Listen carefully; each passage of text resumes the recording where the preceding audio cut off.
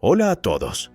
Esta noche comenzamos con la escandalosamente legendaria vida de Cleopatra, la reina egipcia cuyo intelecto era tan afilado como su delineador de ojos, y cuyas maniobras políticas fueron solo ligeramente menos famosas que sus supuestos encuentros en el dormitorio. Ahora baja las luces, tal vez enciende un ventilador para ese zumbido de fondo suave y vamos a adentrarnos juntos en el viaje de esta noche. Capítulo 1. Ascenso al poder de Cleopatra. Empecemos con los Ptolomeos.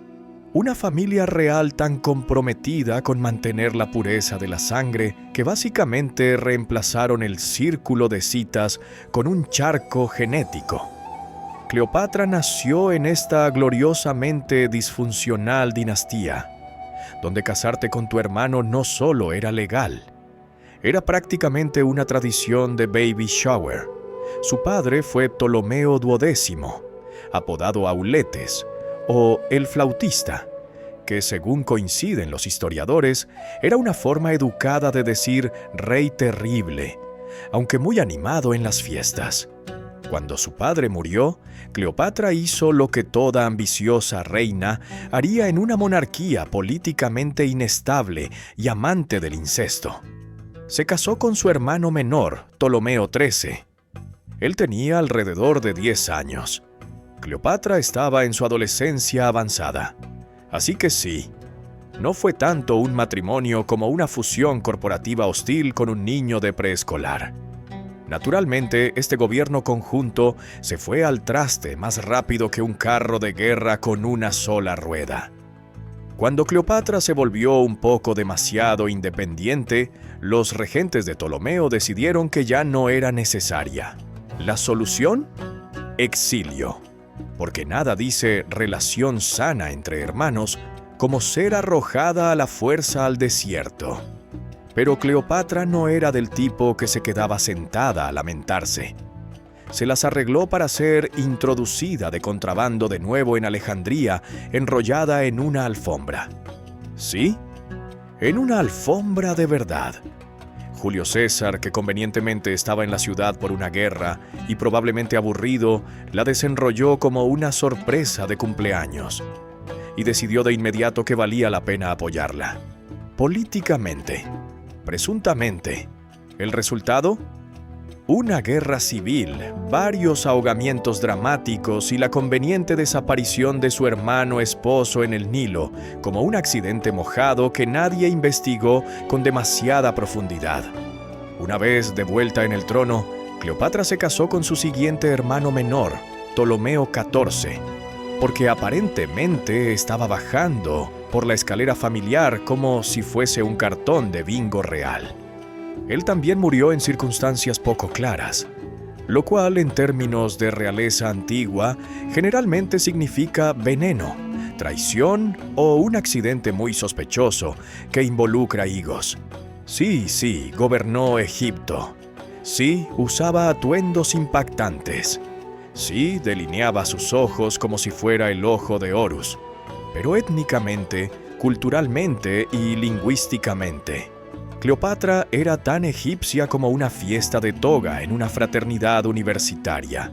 Cleopatra era griega macedonia, descendiente de Ptolomeo I, uno de los generales de Alejandro Magno, que fue recompensado con Egipto después de que el imperio se desmoronara como un trabajo grupal en el que el líder abandona.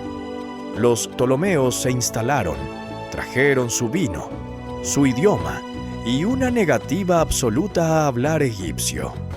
Durante casi 3 siglos, ni un solo gobernante ptolomeico se molestó en aprender la lengua local.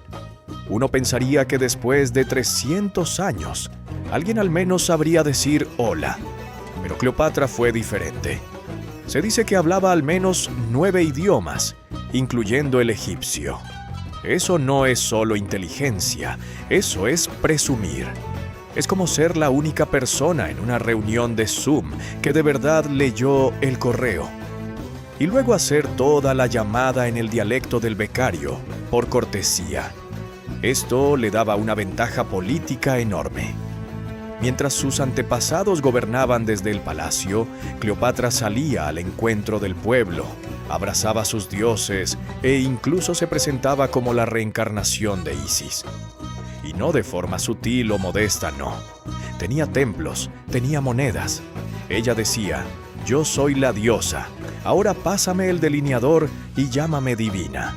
Pero no pensemos que todo esto era puramente espiritual. Cleopatra entendía de branding. Egipto estaba lleno de sacerdotes, tradiciones y gente que prefería que sus monarcas tuvieran sabor a divinidad. Al adoptar la religión local, Cleopatra no solo estaba presumiendo, estaba asegurando apoyo del poderoso sacerdocio y obteniendo puntos extra de lealtad del pueblo. Genio puro. Los griegos la consideraban suficientemente griega. Los egipcios pensaban que era egipcia suficiente. Y los romanos, ellos pensaban que era un problema con P de peligrosamente seductora. Capítulo 2. Cleopatra, la intérprete hechicera. Cleopatra no solo gobernaba Egipto, prácticamente dirigía una línea de atención al cliente multilingüe mientras lo hacía. Según fuentes antiguas, hablaba 9 idiomas, lo cual en el mundo antiguo era básicamente alardear. La mayoría de los monarcas apenas lograban hablar bien un solo idioma, usualmente griego, y dependían de intérpretes para cualquier tarea diplomática pesada. Cleopatra era la intérprete. Podía charlar con etíopes, debatir con hebreos, negociar con partos y, lo más importante, dejar en ridículo a políticos romanos engreídos en su propia lengua. Si César alguna vez pensó que ella le susurraba palabras dulces al oído, tal vez solo le estaba enumerando estrategias militares, o diciendo qué corte de pelo de qué general era una vergüenza nacional. En su repertorio se encontraban el egipcio, griego, árabe, hebreo, parto, meda y algunos más que hoy solo aparecen en el bingo de lenguas muertas. Y sí, fue la primera de su familia macedonia en molestarse en aprender egipcio, a pesar de que llevaban siglos gobernando Egipto. Los Ptolomeos anteriores actuaban como si Egipto fuera un Airbnb caluroso y muy caro. Pero Cleopatra no solo era multilingüe, era estratégicamente multilingüe. Sabía que nada gana más rápido el corazón de la gente que hablarles directamente. Ya fuera con sacerdotes, diplomáticos o comerciantes de especias con bigotes sospechosos, Cleopatra tenía su cinturón de herramientas lingüísticas listo. Y seamos honestos, cuando estás lidiando con hermanos, romanos, asesinos y un ocasional complejo de diosa, es muy útil poder insultar a alguien con fluidez en 9 idiomas distintos. Probablemente podía pasar de halago a humillación sin pestañear. Imagina una negociación tensa. El emisario romano suelta un comentario sarcástico. Cleopatra se detiene, sonríe educadamente y le responde en meda algo que se traduce como: «Dile a tu senado que no estoy impresionada y que tu toga necesita plancha». Esto no era solo diplomacia, era poder. Cleopatra usaba las palabras como armas, afiladas, precisas, y siempre acompañadas de una ceja levantada en el momento justo. En un mundo donde la mayoría de los líderes necesitaban traductores, Cleopatra solo necesitaba una audiencia. Y aunque a los romanos les encantaba llamarla hechicera, lo que realmente les aterraba era que podía argumentar, negociar y coquetear, todo sin que supieran quién llevaba las riendas. Spoiler, era ella. Capítulo 3. La reina del espectáculo. Perlas, bebidas y banquetes de venganza. Y ahora, el legendario incidente de la perla. Un momento en la historia antigua donde se combinaron la riqueza, el ego y la química. La historia viene cortesía de Plinio el Viejo, un escritor romano conocido por documentar todo, desde volcanes hasta la esperanza de vida de los elefantes, con grados de precisión variables. Pero si esta historia es cierta, y vamos a fingir que lo es, porque es buenísima, Cleopatra apostó una vez con Marco Antonio que podía organizar el banquete más caro de la historia. Marco Antonio, el general romano que podía conquistar ejércitos, pero no el sentido común, la retó. Cleopatra aceptó tranquilamente el desafío, como lo hace una cuando está aburrida y tiene acceso a la mitad del Producto Interior Bruto del mundo antiguo. Al día siguiente apareció con una comida simple, nada ostentoso. Marco Antonio levantó una ceja. ¿Esto es el banquete más caro de la historia? Era prácticamente una ensalada César sin el patrocinio. Cleopatra, imperturbable, sacó uno de sus legendarios pendientes de perla, enorme, perfecto y con valor de un reino literal, y lo dejó caer en una copa de vinagre. El vinagre antiguo, cabe destacar, era lo bastante fuerte como para limpiar el eje de un carro, disolver malas decisiones y, al parecer, perlas. Con un poco de paciencia y mucha teatralidad, la perla se disolvió más o menos en el ácido. Cleopatra luego se bebió todo. ¿Sí? Se bebió una perla invaluable, a propósito, mirando a los ojos. El segundo pendiente fue salvado, según se cuenta, antes de que pudiera tragárselo también. Probablemente por alguien que se dio cuenta de que no quería pasar a la historia como el sirviente que dejó que su reina se bebiera las joyas. ¿Fue ciencia? Técnicamente sí. El carbonato de calcio de las perlas reacciona con el ácido acético. ¿Fue higiénico? Muy dudoso. ¿Fue Cleopatra asegurando su lugar como la reina indiscutida del drama, el espectáculo y el derroche financiero? Absolutamente. En un solo acto, Cleopatra no solo ganó una apuesta, hizo una declaración. Para ella, los objetos invaluables eran adornos de copa, que Roma podía invadir Egipto, pero jamás la superaría en estilo. Y el pobre Marco Antonio perdió la apuesta. Capítulo 4. Belleza como política. Leche de burra, bichos aplastados y estrategia estética. ¿Crees que tu rutina de cuidado facial es exigente porque usas un rodillo de jade y 3 tipos de sueros? Cleopatra se reiría. Luego se bañaría en leche de burra, se aplicaría rímel hecho de escarabajos triturados y te convertiría en un palito de incienso. Empecemos con los infames baños de leche de burra. Sí, leíste bien.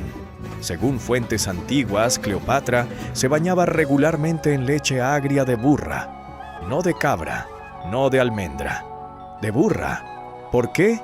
Porque contiene ácido láctico, que exfolia suavemente la piel y, al parecer, te deja resplandeciente como un semidios. Se dice que tenía cientos de burras disponibles solo para mantener un suministro constante de leche. Imagina ser una burra real en el antiguo Egipto. No cargas grano, no arrastras ladrillos, solo lactas para el baño de burbujas de la reina. Vaya currículum. Pero no se detenía ahí. El arsenal de belleza de Cleopatra incluía mascarillas faciales con infusión de oro, delineador de ojos hecho con plomo y pintalabios derivados de hormigas aplastadas y escarabajos carmín. Porque nada dice realeza como untarte insectos en la cara y fingir que es glamuroso. Sus perfumes eran hechos a medida, sus pelucas importadas y peinadas a la perfección, sus uñas teñidas con henna. Cleopatra convirtió la belleza en estrategia de Estado, y toda su apariencia era un arma. No solo usaba maquillaje, convertía el atractivo en arma, como un general empuña una espada. Y por supuesto había ungüentos, aceites y pastas. Usaba mucho aceite de almendra, agua de rosas y resina de incienso. Básicamente, si algo crecía, rezumaba o brillaba, iba a su cara. Los herbolarios antiguos debieron amarla. La cuenta real de cosméticos podía financiar la base de una pirámide. Pero la cuestión no era ser bonita en el sentido moderno. Cleopatra usaba la belleza como una estratega. Cada gota de leche de burra, cada ojo ahumado, Cada brisa perfumada estaba diseñada para controlar la habitación y ocasionalmente la República Romana entera. Su presentación no era vanidad, era política.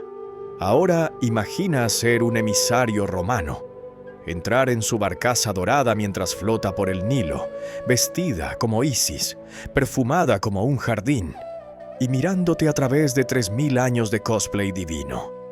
Probablemente firmarías el tratado y le darías tus contraseñas.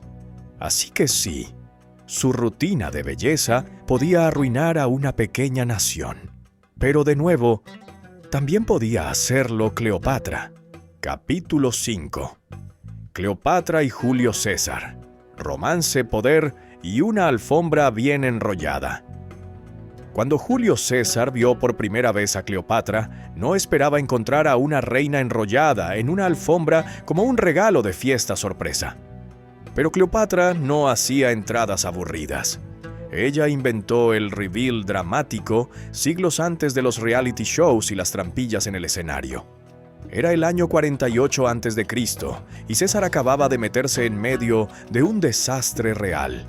Ptolomeo XIII, el hermano menor de Cleopatra, y no tan encantador cogobernante, había intentado sacarla del trono.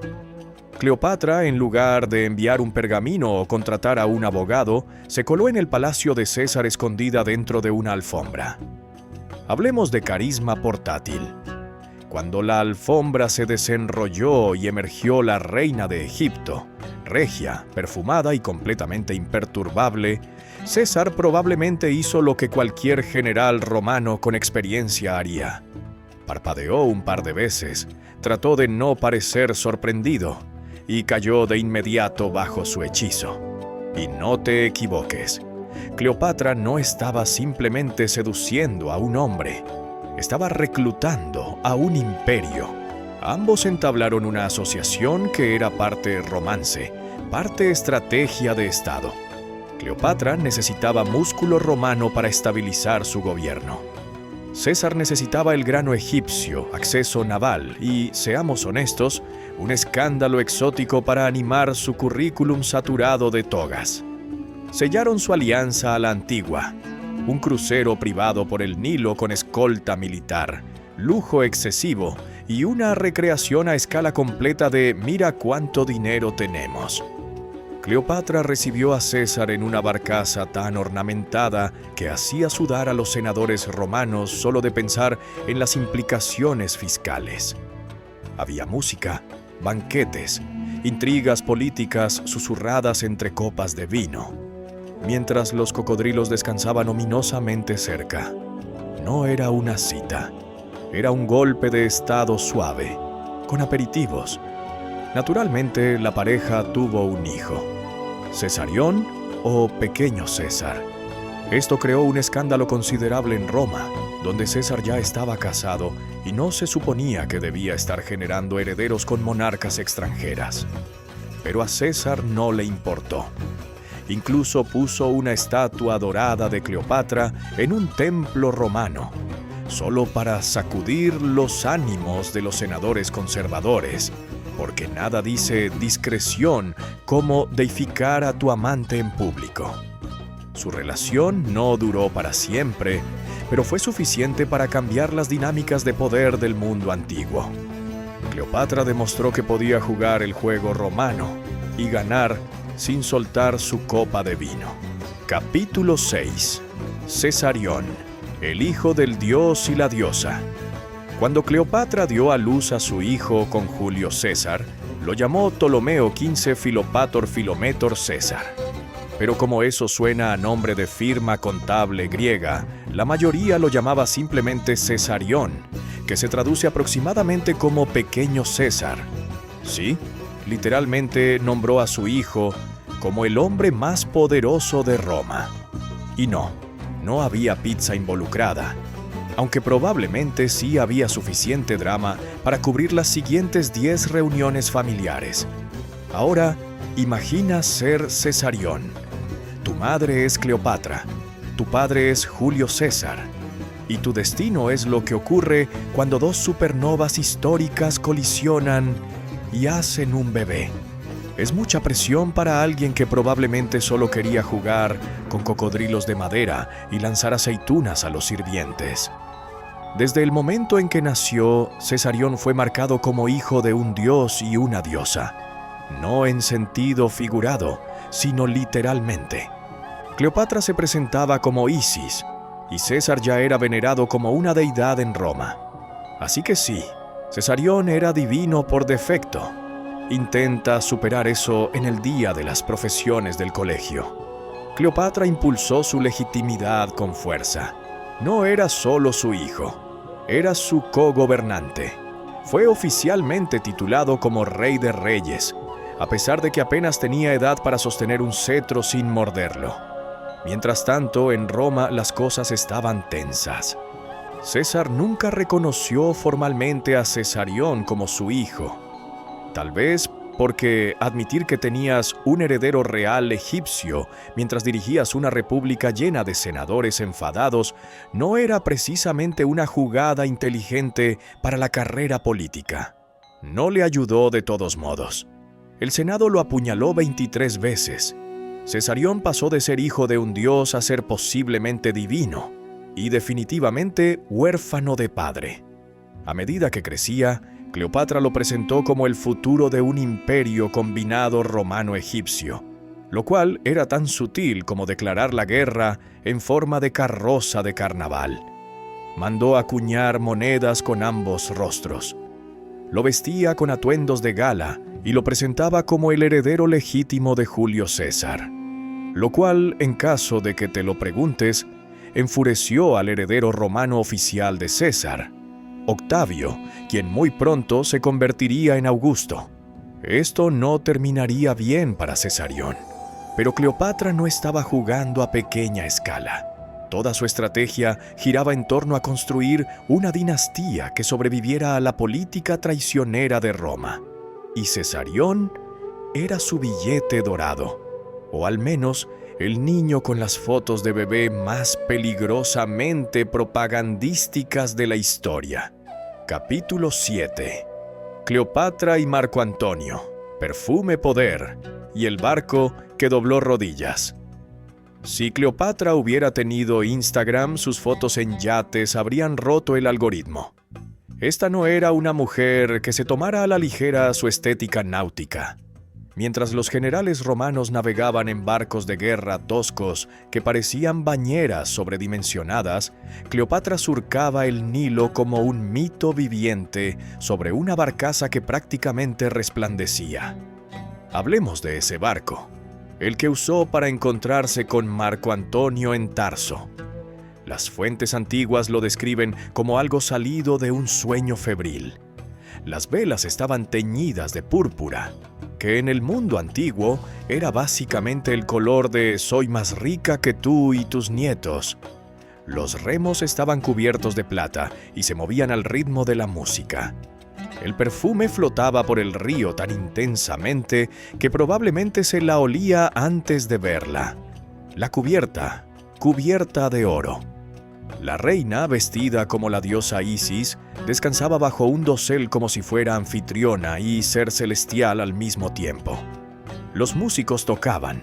El incienso ardía. El Nilo probablemente se sonrojó. Y ahí estaba Marco Antonio de pie en el muelle, como un colegial que olvidó la tarea, y de repente se dio cuenta de que estaba en una cita con alguien que trajo una orquesta y bombas de purpurina. Cleopatra no solo llegó, descendió por el río. Esto no era simple exceso teatral. Cleopatra entendía la imagen mejor que muchos influencers modernos. La barcaza era una máquina de propaganda flotante. Su objetivo no era coquetear, era recordarle a Antonio y a todos los presentes que ella no era una reina local. Ella era Egipto, ella era divina. Ella traía perfume a una guerra y ganaba. Incluso los romanos, famosamente alérgicos al glamour, estaban horrorizados y fascinados a la vez. Plutarco no podía dejar de hablar de su entrada. Era la manera de Cleopatra de decir: puede que tú tengas el Senado, pero yo tengo lentejuelas. Estrategia y una entrada aromática que golpea más fuerte que tus legiones. Y seamos sinceros, funcionó. Antonio pasó de ser héroe de guerra romano a príncipe de los mimos de Cleopatra a tiempo parcial. Ese barco tenía ese tipo de poder. Capítulo 8. Amantes, escándalo y el club de los hígados inimitables. Si Cleopatra tenía una debilidad por los romanos con poder, política dudosa y una inclinación por el drama, entonces Marco Antonio era literalmente su tipo en papiro. Tras la salida de Julio César del escenario, en una tormenta de puñaladas y gritos en latín, Cleopatra quedó viuda de la forma más inconveniente posible y políticamente expuesta. Así que, ¿qué hizo? Buscó otro romano con ambición, poder militar y la capacidad de tomar decisiones con la sensatez de un centauro ebrio. Entra Marco Antonio. Antonio no era precisamente sutil. Una vez intentó ganarle a una montaña en una competencia de borrachera, y se decía que sus togas eran escandalosamente cortas. Pero era poderoso, popular entre las tropas y claramente vulnerable a mujeres dramáticas con barcos perfumados. Cleopatra lo invitó a Alejandría. Él llegó listo para diplomacia. Se quedó por el vino, el lujo y, seamos honestos, la técnica de seducción inusualmente efectiva de Cleopatra, que incluía fingir literalmente que era una diosa. A partir de ahí las cosas escalaron rápido. Cleopatra le dio a Antonio hijos gemelos. Él le dio a Cleopatra la mitad oriental del Imperio Romano. Ya sabes, cosas típicas de pareja. Pero en Roma el Senado se agarraba las togas con horror. Antonio ya estaba casado con Octavia, hermana de Octavio, quien pronto se convertiría en Augusto. Y abandonarla por Cleopatra fue tanto un romance apasionado como un escándalo internacional. Los dos amantes no solo se susurraban cosas bonitas. Fundaron algo llamado el Club de los Hígados Inimitables, que suena a grupo de apoyo para enfermedades hepáticas. Pero en realidad era su sociedad secreta de fiestas lujosas. Los miembros usaban disfraces, organizaban banquetes salvajes e intentaban superarse unos a otros con desafíos ridículos. Cleopatra una vez apostó que podía gastar 10 millones de sestercios en una sola cena. Con el tiempo, Antonio declaró que Cesarión, el hijo de Cleopatra con Julio César, era el verdadero heredero de César. Básicamente, redactó el obituario político de Octavio en purpurina. Octavio respondió acusando a Antonio de estar esclavizado por una seductora oriental, porque obviamente los hombres romanos nunca son responsables de sus propias decisiones. Siempre es culpa del delineador de ojos de la mujer. Lo que siguió fue una marcha lenta hacia la guerra, una caída legendaria de dos amantes, y el mayor es complicado de la antigüedad. Pero hasta el amargo final, Cleopatra y Antonio gobernaron como dioses, amaron como estrellas, y festejaron como si su imperio no tuviera fecha de caducidad. Capítulo 9. Cleopatra perfumista. Aromas, poder y seducción en cada gota. Antes de que existieran los perfumes de celebridades saturando los aeropuertos, existía Cleopatra, la influencer original de las fragancias del antiguo Egipto. Pero a diferencia de las estrellas pop actuales que venden sudor con etiquetas glamorosas, Cleopatra se lo tomaba en serio. No solo ponía su nombre en una botella, ella construyó un imperio, literalmente. Comencemos por la casa de perfume en Engedi, cerca del Mar Muerto. Se cree que Cleopatra era propietaria o mecenas de este complejo de perfumería, especializado en fragancias exóticas elaboradas con plantas, resinas y cualquier otra cosa que pudiera hacerte oler como una deidad bien aceitada. Los arqueólogos han descubierto cubas de destilación, frascos y herramientas de prensa. Básicamente la versión antigua de un laboratorio de fragancias de celebridad, sin filtros de Instagram. su aroma favorito, el perfume mendeciano, una mezcla especiada con mucha canela, que al parecer hacía que los senadores romanos se debilitaran de rodillas y que los eunucos reconsideraran sus votos. No era cualquier colonia de baño. Tomaba meses en elaborarse, envejecía como vino fino y probablemente era tan cara que requería una dote solo para olerla. Cleopatra no solo se perfumaba con esto, se bañaba en ello, de la cabeza a los pies. Las fuentes históricas aseguran que empapó las velas de su barcaza con perfume antes de encontrarse con Marco Antonio. Porque, por supuesto, ¿qué es una entrada seductora si el Nilo no puede olerte venir? Pero esto no era solo vanidad. En el Egipto antiguo, el perfume era poder. El aroma no era solo parte de una rutina de belleza. Era sagrado. Los dioses tenían aromas característicos. Los sacerdotes usaban perfumes en rituales. Cleopatra no jugaba al lujo. Lo usaba como arma. El perfume era su tarjeta de presentación divina. Y no olvidemos el ángulo de la seducción. Cleopatra comprendía lo que toda buena villana del cine sabe. Si entras a una sala y huele mejor después de que tú llegaste, ya ganaste. Combina eso con su barcaza dorada, su vestuario celestial y su dominio de idiomas. Y Cleopatra no era solo una reina. Era una experiencia sensorial completa. Capítulo 10. Cleopatra y el manual perdido de la reina alquimista. Mientras César conquistaba la Galia y Marco Antonio lidiaba con resacas de vino, Cleopatra estaba escribiendo un manual de belleza. Porque, claro, ¿por qué no gobernar un reino, dirigir una armada, seducir emperadores y al mismo tiempo convertirte en la primera influencer de belleza del mundo? El libro de cosméticos de Cleopatra, hoy perdido entre las llamas del tiempo, probablemente gracias a la censura romana, o a algún monje sudoroso que no supo qué hacer con un papiro tan glamuroso. Contenía recetas para el cuidado de la piel, tintes para el cabello, perfumes y tratamientos contra la calvicie. Sí, tal vez por eso Julio César seguía regresando. Y no era un proyecto superficial. En el mundo antiguo, los cosméticos eran medicina, magia y teatro político, todo en uno.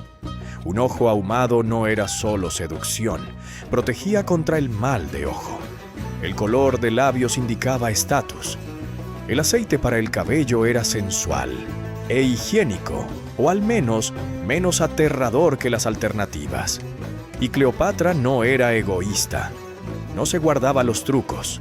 El libro, al parecer, tenía un enfoque científico, con influencias egipcias, griegas e incluso indias. Mezclaba estiércol de cocodrilo con miel, una alquimista real con delineador impecable. Y mientras las influencers modernas temen ser canceladas, Cleopatra distribuía recetas con almendras quemadas, grasa animal y polvo de plomo.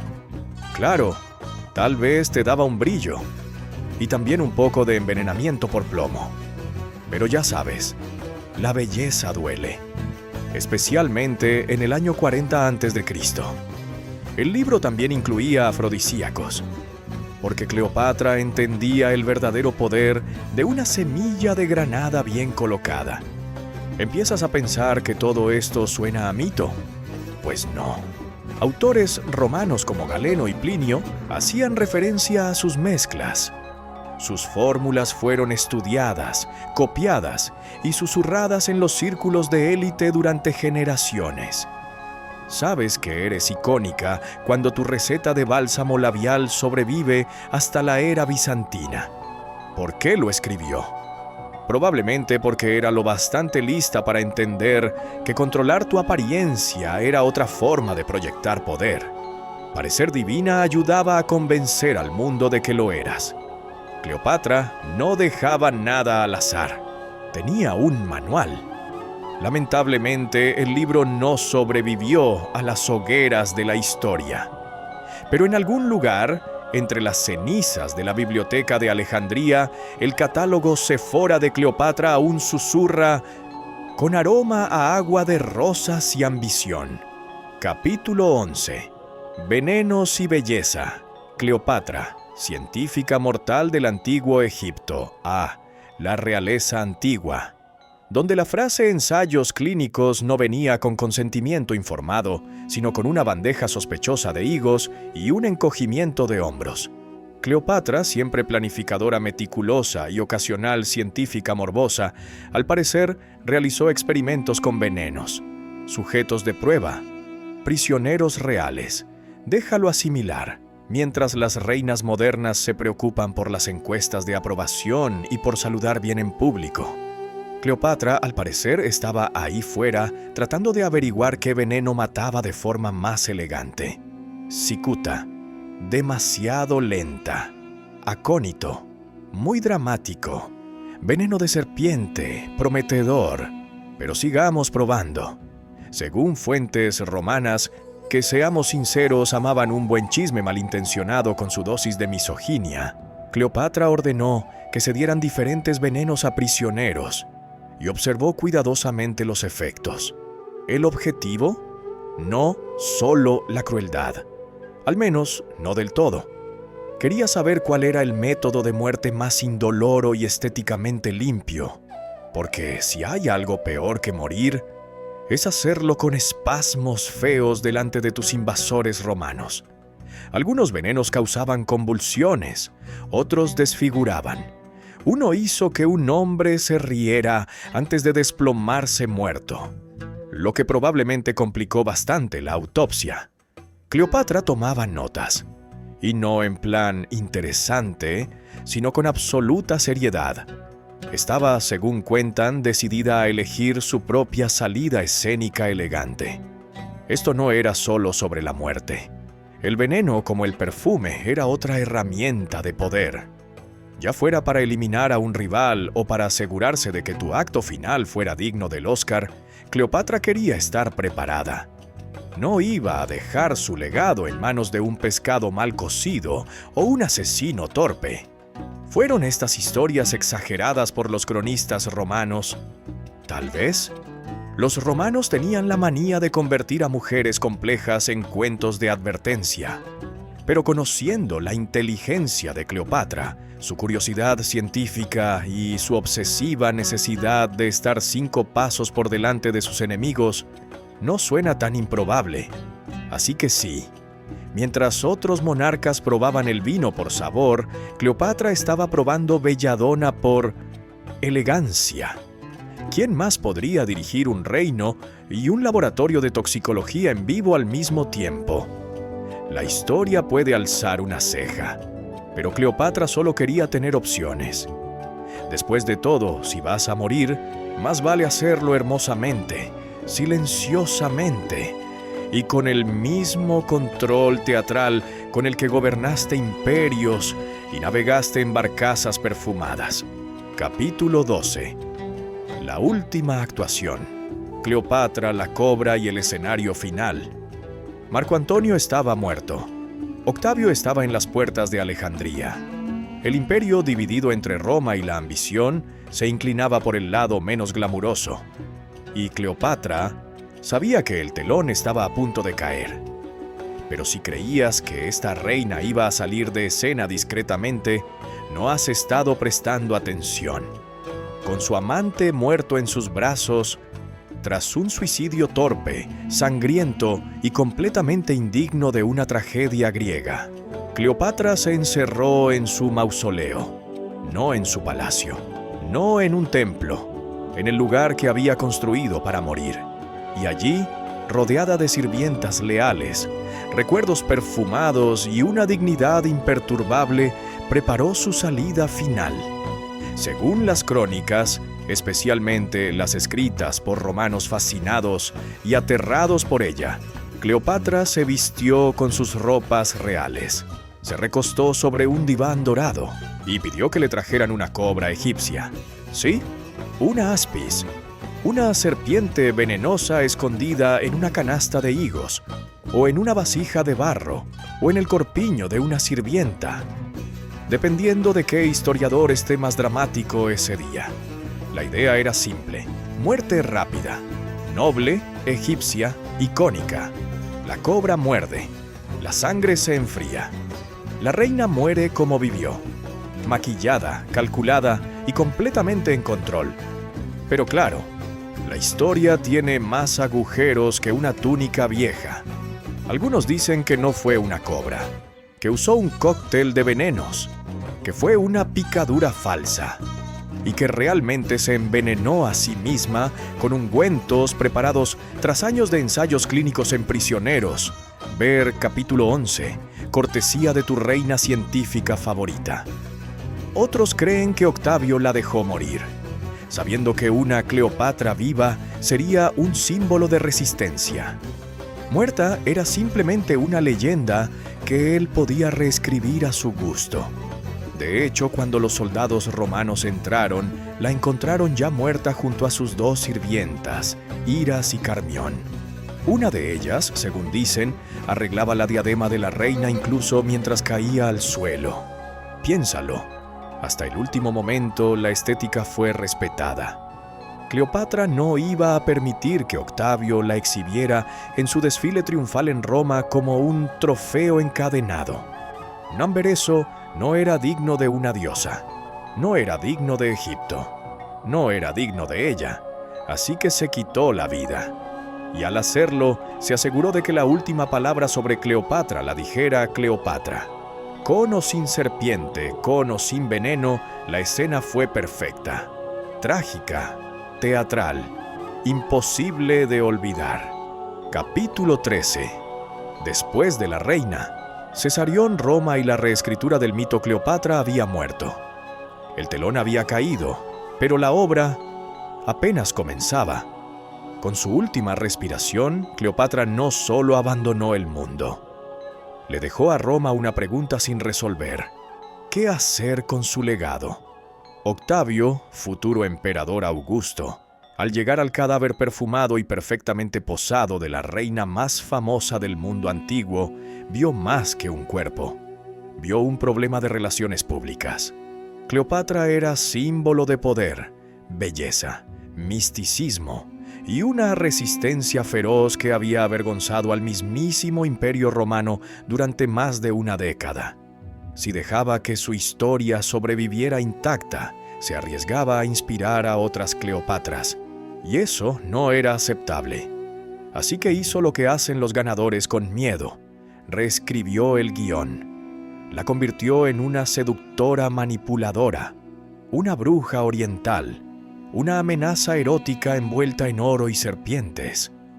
Porque si la haces responsable de todo, puedes redimir al hombre que la siguió hasta la destrucción, Marco Antonio, y de paso, justificar tu conquista total de Egipto. ¿Y qué pasó con Cesarión? El hijo de Cleopatra y posiblemente de Julio César, la única amenaza real al poder de Octavio, fue asesinado. No hay monumento, no hay tumba, solo una línea seca en un texto de Plutarco. Demasiados Césares no son una buena idea. Fría, contundente y completamente en línea con la lógica imperial. Los hijos que tuvo con Marco Antonio, Alejandro Helios, Cleopatra Selene y Ptolomeo Filadelfo, fueron llevados a Roma como botín de guerra. Caminaron en el triunfo de Octavio como niños exóticos, adornados y humillados frente a multitudes rugientes. Su madre había muerto como una reina. Ellos serían educados como advertencia. Egipto, por su parte, se convirtió en una provincia romana, y la última dinastía faraónica desapareció, con el último latido del corazón de Cleopatra. Pero su leyenda no murió, ni con Octavio, ni con los siglos, ni con las mentiras, porque por mucho que Roma intentara encerrarla en el cliché de la femme fatale, el mundo nunca olvidó quién fue Cleopatra realmente.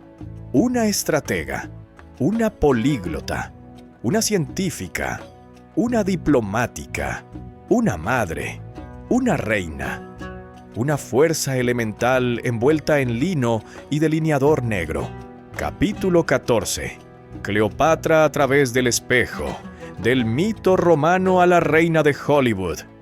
Una vez muerta, Cleopatra ya no podía defender su historia. Así que durante más de 2000 años, otros la contaron por ella. Y vaya si lo hicieron.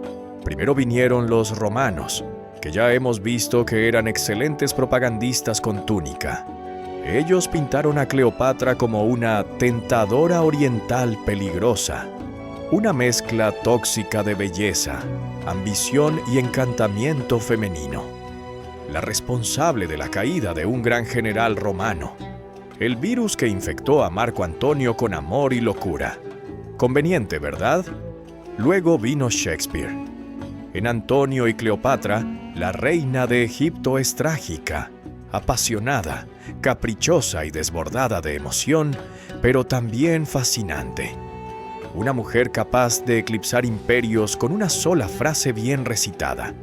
El drama la inmortalizó, pero también la encasilló en el papel de amante fatal. Y así siguió durante siglos, hasta que llegó Hollywood. Y ahí fue cuando las cosas se pusieron brillantes. Cleopatra fue interpretada por actrices blancas, altísimas, con acento británico y delineado estilo años 60. Elizabeth Taylor la convirtió en símbolo de glamour, sexualidad y caos de presupuesto. La película de 1963 casi arruina a la 20ª Centuria Fox, lo cual es muy en línea con la tradición de que Cleopatra hunde imperios. Pero la versión hollywoodense también olvidó algunas cosas. Que Cleopatra no era una reina exótica bailando entre columnas, que hablaba 9 idiomas, que escribió libros, que negoció tratados, crió hijos, organizó guerras, investigó venenos y sostuvo un imperio entre dos mundos, que no era romana, ni blanca, ni pasiva, que era egipcia de corazón, griega de sangre y absolutamente única entre los mortales. Afortunadamente, en tiempos recientes, los historiadores han empezado a despejar la niebla del mito, a mirar más allá del maquillaje, más allá del veneno, más allá de las perlas disueltas. Y lo que emerge no es solo una figura trágica ni una diosa seductora. Es una mujer política, una reina moderna antes de que existiera la modernidad. Una estratega que vivió con inteligencia feroz en un mundo que no perdonaba a las mujeres brillantes. Cleopatra es el espejo en el que cada época se mira, proyectando sus miedos, deseos y prejuicios. Una vez fue demonio, luego diosa, después estrella de cine, y ahora tal vez por fin simplemente humana, y aún así más allá de humana. Porque, a diferencia de tantos de sus contemporáneos, Cleopatra no solo dejó su nombre en los libros, dejó una leyenda en la conciencia colectiva del mundo. Y esa nunca fue propiedad de Roma. Epílogo. El legado de Cleopatra. Estrategia, poder y permanencia. Cleopatra no inventó el poder, pero lo comprendió. Comprendió que gobernar no era solo una cuestión de tronos y coronas, sino de lenguaje, presencia, negociación, información y control del relato. Y ella dominaba todos esos terrenos. Fue la última faraona de Egipto. La última de una dinastía que durante 3 siglos gobernó desde la frontera entre Oriente y Occidente. Y fue también la última soberana independiente del mundo helenístico antes de que Roma lo engullera todo. Pero Cleopatra no fue barrida por el tiempo como tantas otras figuras históricas. Su nombre nunca desapareció. Y eso por sí solo ya dice mucho. Durante más de 2000 años ha sido estudiada, deformada, revivida, mitificada, temida y admirada. Y en cada versión, la romana, la medieval, la renacentista, la moderna, algo de su esencia permanece intacto. Su inteligencia política, su capacidad para adaptarse a culturas múltiples, su uso deliberado de la imagen, la palabra y la presencia, su comprensión de que el poder no se hereda, se afirma cada día, no fue la más rica de su época, ni la más poderosa en términos militares, pero sí fue, durante un breve momento, la persona más capaz de resistir a Roma desde fuera de Roma. Y cuando ya no pudo resistir, eligió el final más estratégico posible: no permitirle al enemigo escribir el cierre de su historia sin su consentimiento. El imperio que la venció duró siglos, pero el nombre de Cleopatra sigue aquí, no como víctima, no como mito vacío, sino como recordatorio claro de lo que significa tener poder y ejercerlo con claridad, inteligencia y decisión en un mundo que no lo perdona.